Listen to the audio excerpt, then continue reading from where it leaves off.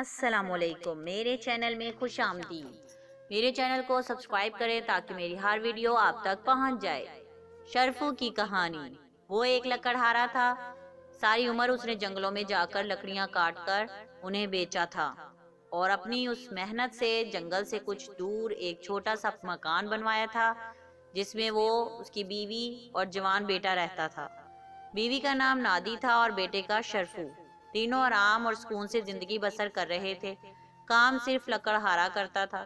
بیوی اور بیٹا کوئی ایسا کام نہیں کرتے تھے جس میں آمدنی میں اضافہ ہو۔ بیوی ہانڈی روٹی پکاتی تھی اور بیٹا گھر ہی میں رہ کر چھوٹے چھوٹے کام کرتا تھا۔ لکڑہارا بوڑھا ہو گیا تھا۔ بڑھاپے کی وجہ سے اس میں پہلے سی ہمت نہیں رہی تھی۔ وہ آئے دن بیمار ہی رہتا تھا، مگر اسے کوئی ایسی پریشانی نہیں تھی۔ سمجھتا تھا کہ میرا شرفو اب بچہ نہیں رہا، آسانی سے گھر کی ذمہ داریاں سنبھال سکتا ہے۔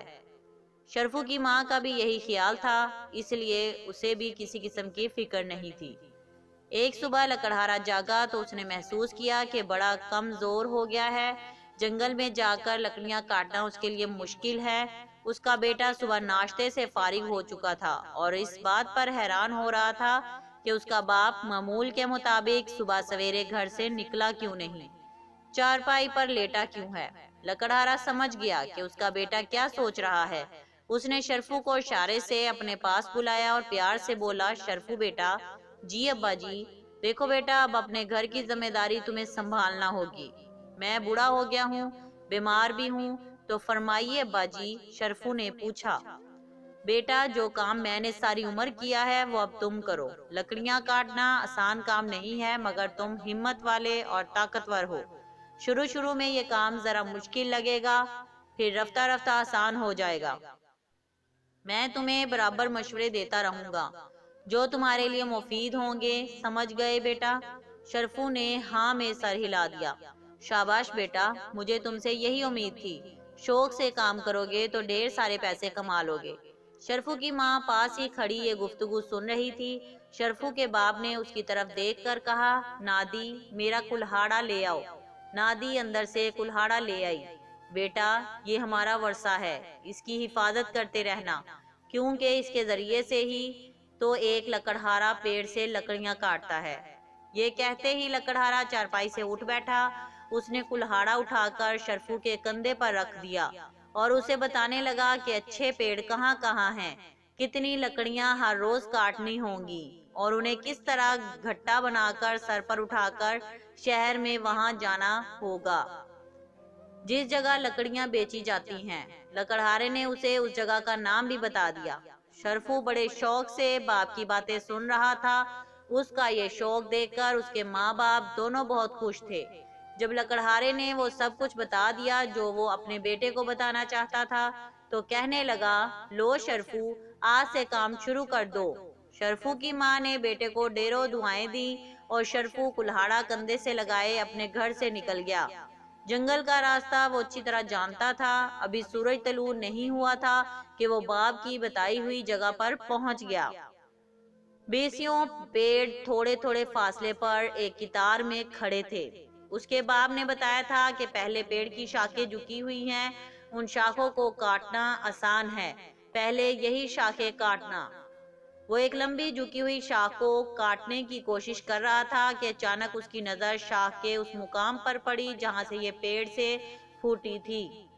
اس نے دیکھا کہ وہاں چڑیوں نے ایک گھونسلہ بنا رکھا ہے۔ اس نے 2-3 بچے بھی اس گھونسلے میں دیکھ لیے تھے۔ یہ گھونسلہ دیکھ کر فوراً اس کے ذہن میں یہ سوال اٹھا، میں نے یہ شاخ کاٹی تو کیا گھونسلہ تباہ نہیں ہو جائے گا؟ اس نے اپنے سوال کا خود جواب دیا، بالکل تباہ ہو جائے گا، اور وہ بچے جو اس گھونسلے میں پرورش پا رہے ہیں نیچے گر کر مر جائیں گے اور ان کے ماں باپ کو بڑا دکھ ہوگا۔ اس نے کلہاڑا اس شاخ کو کاٹنے کے لیے اٹھایا ہی تھا کہ یکا یک اس کا ہاتھ رک گیا۔ وہ آہستہ سے بولا، نہیں، میں یہ ظلم نہیں کر سکتا، اور وہ اس پیڑ کے سائے میں بیٹھ گیا۔ کئی باتیں اس کے ذہن میں آ گئیں۔ میرے باپ نے لکڑیاں کاٹنے کے لیے بھیجا ہے، اس کا حکم مانتا ہوں تو وہ خوش ہوگا، میں لکڑیاں بیچ کر پیسے کما لوں گا، لیکن یہ ان چڑیوں پر ظلم ہوگا جنہوں نے یہاں گھونسلہ بنا رکھا ہے۔ وہ سوچتا رہا کہ ماں باپ کا حکم مانے یا ان بیچاری چڑیوں کے گھونسلے کو سلامت رکھے۔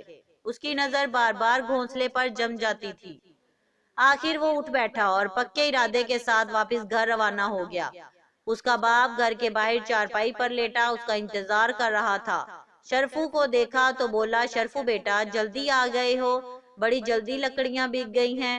نہیں ابا جان، کیا بات ہے؟ ابا جان میں پیڑ پر کلہاڑا نہیں چلا سکا۔ کیوں؟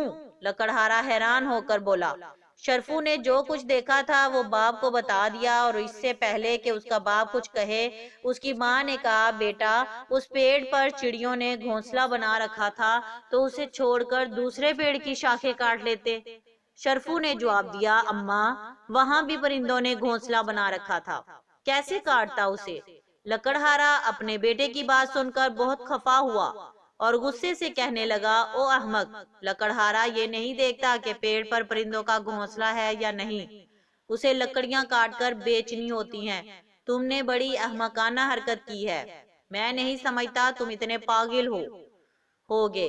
لکڑہارا غصے میں جانے اور کیا کہہ دیتا کہ اس کی بیوی نے سرگوشی میں سمجھایا، آخر بچہ ہے اور کچھ نہ کہو، 2-3 دن ٹھہر جاؤ، اپنی ذمہ داری سنبھال لے گا۔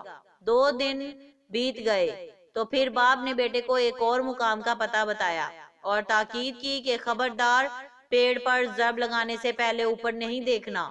شرفو نے عہد کر لیا کہ وہ پہلے کی طرح اوپر نہیں دیکھے گا اور باپ کے بتائے ہوئے مقام پر چلا گیا۔ اسے اپنا وعدہ یاد تھا، چنانچہ پہلے پیڑ کے پاس پہنچ کر اس نے اوپر نہ دیکھا۔ وہ نیچے دیکھتے ہوئے کلہاڑا مارنے لگا کہ اس کی نظر پیڑ کے نیچے اس جنگلی پھل پر پڑی جسے بعض لوگ ہانڈی میں پکا کر کھاتے ہیں۔ ایک سوال ذہن میں ابھر آیا، اس پیڑ پر یہ پھل لگتا ہے، میں اسے کیوں نقصان پہنچاؤں؟ کیا اس کی شاخیں کاٹنے سے اس پھل کا کچھ حصہ ضائع نہیں ہو جائے گا؟ کیا یہ ان لوگوں کے ساتھ زیادتی نہیں ہوگی جو اسے ہانڈی میں پکا کر کھاتے ہیں؟ وہ دیر تک اس پیڑ کے نیچے بیٹھا رہا اور سوچتا رہا۔ اس روز جب لکڑہارے نے اپنے بیٹے کو دیر سے آتے دیکھا تو اسے یقین ہو گیا کہ اب یہ ضرور لکڑیاں بیچ کر پیسے لایا ہے۔ وہ خوش ہو کر بولا، آج میرا بیٹا کافی پیسے لے کر آیا ہے نا؟ کیوں شرفو؟ نہیں ابا جان، میں کوئی پیسہ نہیں لایا۔ پھر اس نے باپ کو پیڑ نہ کاٹنے کی وجہ بتا دی۔ بیٹے کی بات سنتے ہی لکڑہارے کے تن بدن میں آگ لگ گئی۔ تو کچھ نہیں کر سکے گا، تجھے لکڑیاں کاٹ کر بیچنے کے لیے بھیجا تھا، پیڑ کا پھل دیکھنے کے لیے نہیں۔ میں کیا کرتا ابا جان؟ آپ جانتے نہیں لوگ اس پھل کو پکا کر کھاتے ہیں۔ باپ گرجا، تو تمہیں کیا، لوگ پھل پکا کر کھاتے ہیں، تم تو نہیں؟ ابا جی وہ لوگ بھی تو ہمارے جیسے ہیں نا۔ لکڑہارے کا غصہ بڑھتا جا رہا تھا کہ اس کی بیوی نے پھر اسے سمجھایا، بس اب اور کچھ نہ کہو، مجھے امید ہے شرفو سیدھے راستے پر آ جائے گا۔ لکڑہارا بولا، اب کہ میں برداشت کر لیتا ہوں، آئندہ اس نے ایسی بیہودہ حرکت کی تو میں اسے گھر سے نکال دوں گا۔ چند دن گزر گئے۔ لکڑہارے نے اس مرتبہ پرانے درختوں کا پتہ بتا کر کہا، خبردار اب کہ کوئی بہانہ نہ بنانا، پیسے لے کر گھر آنا۔ شرفو جنگل میں گیا، اس نے پرانے پیڑ دیکھے، بہت بوڑھے ہو چکے تھے۔ انہیں دیکھ کر وہ سوچنے لگا، انہوں نے برسوں تک مسافروں کے لیے ٹھنڈے سائے مہیا کیے ہیں، تھکے ہوئے لوگ ان کے نیچے بیٹھ کر سکون حاصل کرتے رہے ہیں۔ انہیں کاٹنا انسان کے ان محسنوں کا احسان ماننے کی بجائے ان پر الٹا ظلم نہیں ہوگا۔ اور وہ واپس آنے لگا۔ راستے میں ایک نہر پڑتی تھی، اس کے پل پر سے گزرتے ہوئے اس نے کلہاڑا نیچے پانی میں پھینک دیا کہ نہ یہ ہوگا اور نہ مجھے لکڑیاں کاٹنے کے لیے کہا جائے گا۔ شہر میں ایک بازار سے گزرتے ہوئے اس نے کئی دکانوں کو دیکھ کر سوچا، یہ اچھا کام ہے، میں بھی ابا جان سے کہہ کر بازار میں ایک دکان کھول لوں گا۔ اس روز وہ شام کے قریب اپنے گھر پہنچا۔ لکڑہارے کو پورا یقین تھا کہ اس کا بیٹا ضرور لکڑیاں بیچ کر آیا ہے۔ تو آج تم نے کیا کام کیا ہے؟ باپ کا یہ سوال سن کر شرفو بولا، ابا جان پیڑ تو میں نہیں کاٹ سکا، وہ ساری عمر مسافروں کو ٹھنڈے سائے دیتے رہے ہیں، میں نے سوچ لیا ہے کہ بازار میں دکان پر بیٹھا کروں گا۔ بیٹے کے منہ سے جیسے ہی یہ لفظ نکلے لکڑہارا اپنے غصے پر قابو نہ رکھ سکا اور اسے اسی وقت گھر سے نکال دیا۔ ماں نے دخل دینا چاہا تو لکڑہارے نے اسے بھی جھڑک دیا۔ بس بس، اب تم ایک لفظ نہیں کہو گی۔ شرفو گھر سے نکل کر چلنے لگا۔ اس کا کوئی ٹھکانہ تو تھا نہیں، کہاں جا سکتا تھا؟ چلتا گیا یہاں تک کہ اس قدر تھک گیا کہ اس کے لیے ایک قدم اٹھانا بھی دوبر ہو گیا تھا۔ قریب ہی ایک بڑی شاندار حویلی تھی، وہ اس کے دروازے پر گر پڑا اور بے ہوش ہو گیا۔ ادھر لکڑہارا اور اس کی بیوی اپنے بیٹے کی جدائی میں تڑپ رہے تھے۔